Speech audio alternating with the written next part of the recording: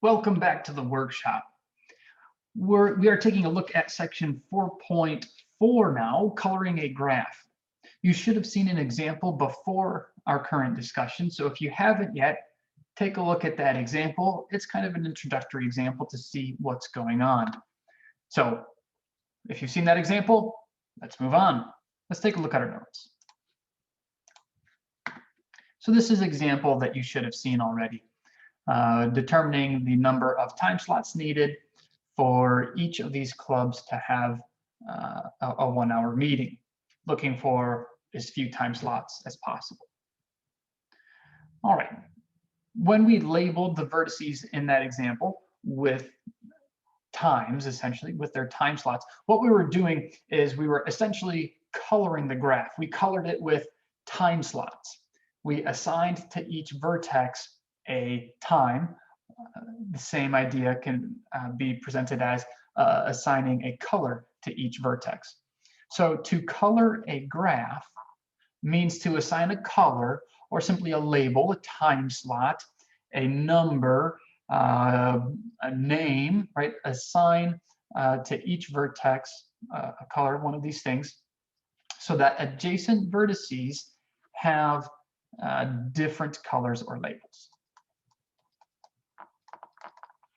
So again, a nice reminder, if I had simply this graph here, I could label this one as red, this vertex as blue, and this vertex as green. And if I had some additional vertices in here, let's see here, I could label these additional vertices. I don't have to introduce any new colors. This one could be labeled red as well, and this one could be labeled, actually, let's go ahead and make this one adjacent to red and blue. So this one would have to be green, and we wouldn't have to introduce any new colors. If we wanted to give 5 different colors, we could. That would be absolutely fine. So when a graph can be colored with as few as n colors, but not with a smaller number, it is said to have chromatic number n. So the chromatic number of a graph is the smallest number of colors that we can color the graph with. So again, for the example provided right up here, I could have colored this with 5 colors. Say, give purple here,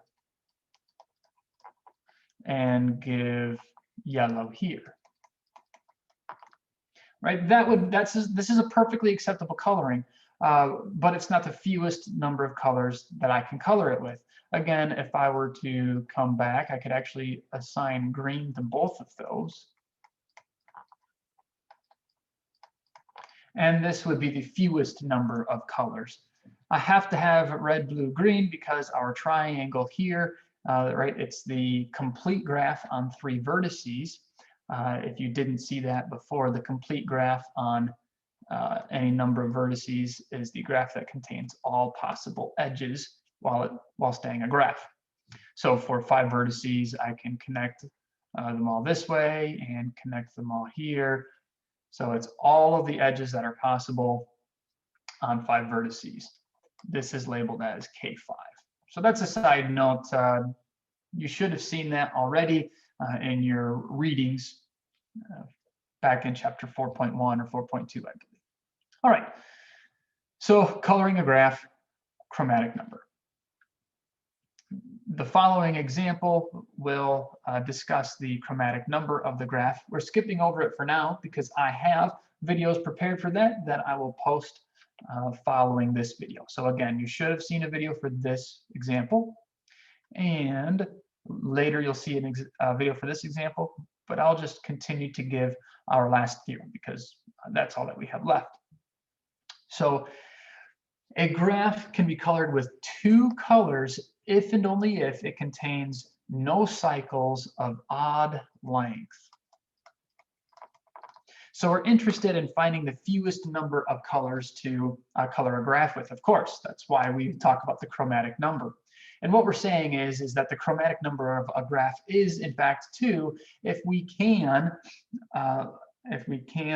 label the graph with just 2 colors. Chromatic number 2, we just need 2 colors. Excellent. No cycles of odd length. Of course, the issue here is if we were to consider a cycle of odd length, I could go, let's see here, just connect these. I could go with blue and yellow and blue and yellow. But once I get to this odd vertex here, right, I travel along this odd edge to my odd vertex. Adjacent to it are both blue and yellow. So I would have to have some other color. But if I don't have an odd number, if I have 4, then there's no problem. If all of my cycles are of length even number, I have blue, yellow, and I can continue alternating like that. So that's the idea. And what we'll do is we'll use the breadth first search algorithm to help us color this particular graph with 2 colors. So we should verify that it has no cycles of odd length first. It can be a little bit of a time-consuming task, but then we can also use the breadth first search algorithm to help us color it with just 2 colors. All right. And that's it for this section. So make sure you take a look at the 3 examples associated to this section. This one you should have already seen. And the next 2, example 4.4.2 and 4.4.3, will be in subsequent videos. So I'll see you guys back here in the workshop for those examples very shortly. I hope you're having a great day.